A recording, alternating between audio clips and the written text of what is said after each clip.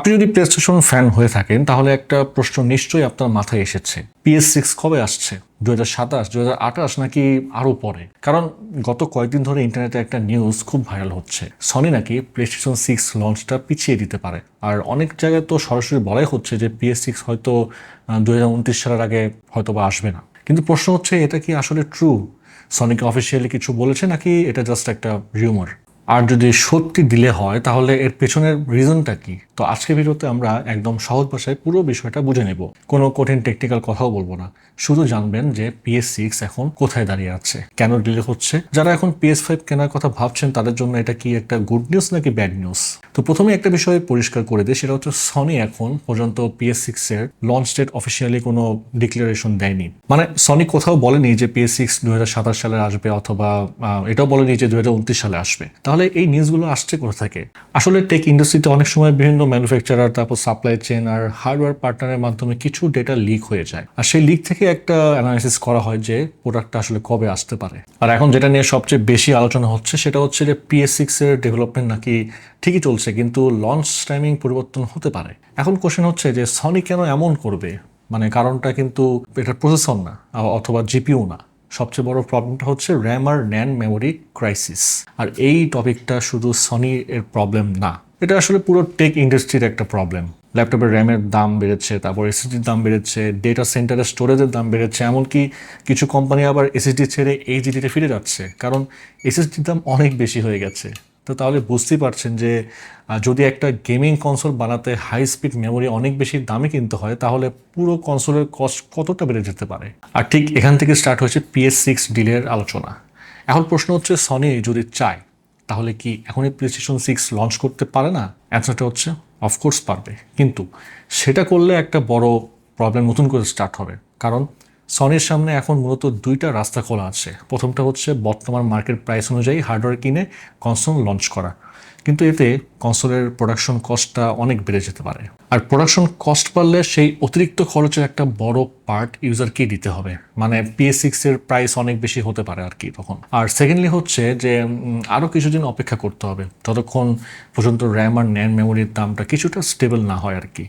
অনেক industry analyst মনে করছেন যে সনি সম্ভবত এই দ্বিতীয় পর্তায়, মানে সেকেন্ড যে অপশনটা আমি বললাম একটু আগে, এটাই বেছে নিতে পারে। কারণ সনি জানে যে লঞ্চের সময় যদি কনসোলের প্রাইসটা খুব বেশি হয়ে যায় তাহলে সেলস অনেকটাই কমে যেতে পারে, আর একটা কনসোলের লঞ্চ সাকসেস অনেকটাই নির্ভর করে প্রাইসের উপর আর কি। তো এখন একটা মজার ব্যাপার বলি, এই মেমোরি ক্রাইসিস কিন্তু জাস্ট PlayStation 6কে প্রভাবিত করছে না, নিনটেন্ডো সুইচ 2 এর সম্ভাব্য প্রাইস ইনক্রিজ নিয়েও কিন্তু আলোচনা হচ্ছে।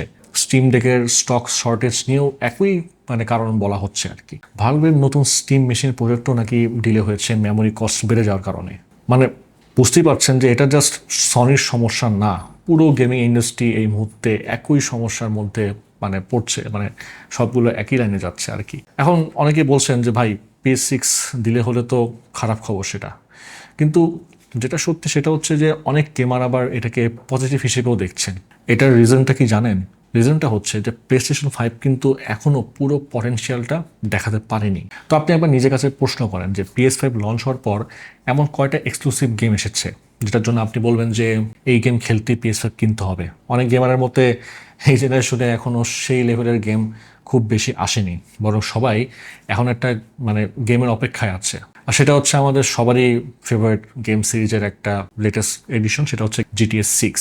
অনেকে তো মজা করে এটাও বলছে যে GTA 6ই আসলে PS5 এর আসল লঞ্চ গেম, কারণ এই গেমটাই হয়তো প্রথমবারের মতো কনসোলের ফুল পাওয়ারটা ইউজ করতে পারে। এর বাইরে কিন্তু ব্লাডবোর্ন রিমাস্টার নিয়েও অনেকদিন একটা রিউমার চলছে, যদিও এখনো অফিসিয়াল অ্যানাউন্সমেন্ট নেই। তো অনেকের মধ্যে যদি সনি PS6 আরেকটু ডিলে করে, কিন্তু তার বদলে আরও পাওয়ারফুল হার্ডওয়্যার, ভালো পারফরমেন্স আর রিজনেবল প্রাইস দিতে পারে, তাহলে সেই অপেক্ষাটা হয়তো অর্থিত হবে। তো সবশেষে আসি সেই প্রশ্ন যেটার জন্য হয়তো আপনারা এতক্ষণ ধরে ভিডিওটি দেখছেন, তাহলে PS6 আসলে কবে আসবে? তো এখন পর্যন্ত সনি কোনো অফিসিয়াল রিলিজ ডেট অ্যানাউন্সমেন্ট করেনি, কিন্তু বিভিন্ন industry report, supply chain leak আর হার্ডওয়্যার বিশেষজ্ঞদের তথ্য অনুযায়ী PlayStation 6 এর লঞ্চ উইন্ডো হচ্ছে 2028 সাল থেকে 29 সালের মধ্যে হতে পারে আর কি। আগে যেখানে অনেকেই 2027 সাল নিয়ে কথা বলছিল, এখন র্যাম আর ন্যান্ড মেমোরি ক্রাইসিসের কারণে সেই টাইমলাইন আরও পিছিয়ে যেতে পারে বলে একটা ধারণা করা হচ্ছে। কিন্তু একটা বিষয় মাথায় রাখতে হবে, সেটা হচ্ছে লিক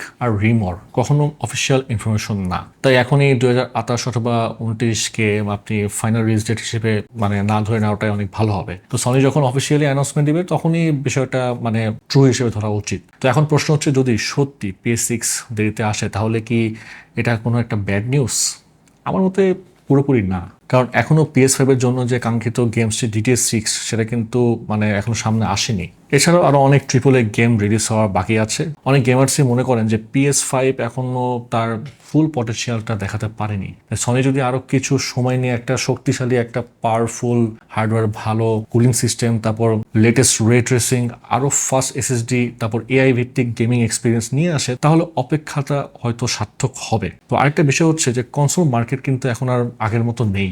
মাইক্রোসফট, পিসি gaming, cloud gaming, handheld gaming সব মিলিয়ে কম্পিটিশন অনেক বেড়ে গেছে। তাই সনিও চাইবে যে PS6 এমনভাবে লঞ্চ করতে যাতে শুধু পারফরমেন্স না, প্রাইস আর ফিচার দুদিক থেকে কিন্তু কম্পিটিটিভ হয়। তো এখন যদি আপনি ভাবেন যে আমি কি PS5 কিনবো নাকি PS6 এর জন্য আমি ওয়েট করব, তাহলে আমার অ্যান্সার একটাই হবে যে যদি এখনই আপনি গেমিং স্টার্ট করতে চান তাহলে আপনি PS5 কিনতে পারেন, কারণ PS6 আসতে এখনো অনেক বছর বাকি থাকতে পারে।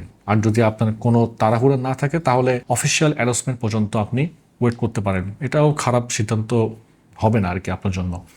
এখন আপনার কি মনে হয় যে সনি কি 2028 থেকে PS6 লঞ্চ করবে নাকি এটা আরও দেরি হতে পারে? আর PS6-এ আপনি সবচেয়ে বেশি কোন ফিচারটা দেখতে চান সেটা আপনি কমেন্টসে অবশ্যই জানিয়ে দেবেন। সো ভিডিওটা ভালো লাগলে অবশ্যই একটা লাইক করবেন আর ফ্রেন্ডের সাথে শেয়ার করবেন, আর এমন টেক আপডেট সবার আগে পেতে চ্যানেলটা সাবস্ক্রাইব করে আমাদের পাশে থাকবেন। সো দেখা হবে পরে কোনো টেক ভিডিওতে। সেই পর্যন্ত ভালো থাকুন, সুস্থ থাকুন।